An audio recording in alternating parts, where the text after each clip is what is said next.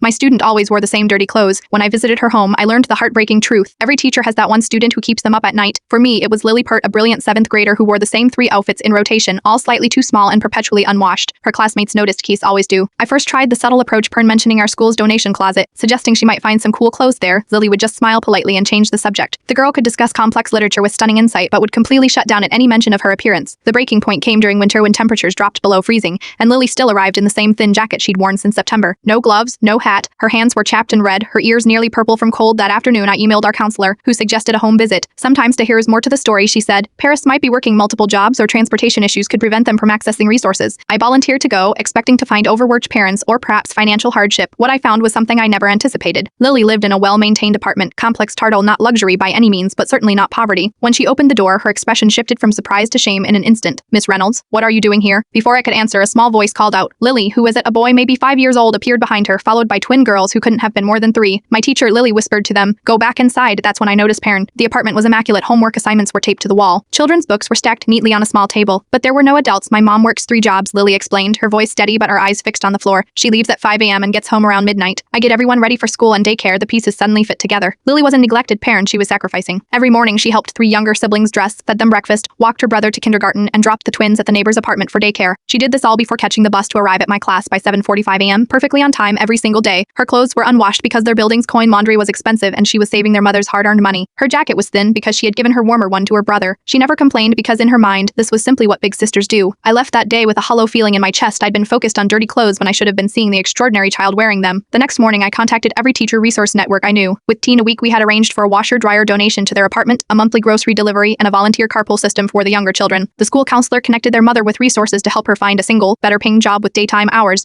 But the moments I remember most happened 3 weeks later. Lily stayed after class, approached my desk, and placed a small folded paper crane next to my keyboard. "My mom's home for dinner now," she said quietly, "and I got to help my brother with his homework instead of just checking it after he's asleep." She turned to leave, then paused at the door. "My clothes are still kind of old though. Is that okay?" I told her it was more than okay, that some people wear their greatest qualities on the inside, not the outside, that I had never met a stronger, more responsible 12-year-old in my entire teaching career. What I didn't tell her was how her situation had transformed my teaching, how I now look beyond the obvious pair of dirty clothes, missed assignments, tired eyes parent, and ask myself what battles my students might be fighting that I know nothing about. Sometimes the children who need the most help never ask for it. Sometimes the strongest students carry the heaviest invisible backpacks. And sometimes the greatest lesson a teacher can learn is that we're never done learning about our students. Lily graduates high school next month, parrot class valedictorian. She's wearing a borrowed gown and it doesn't matter one bit.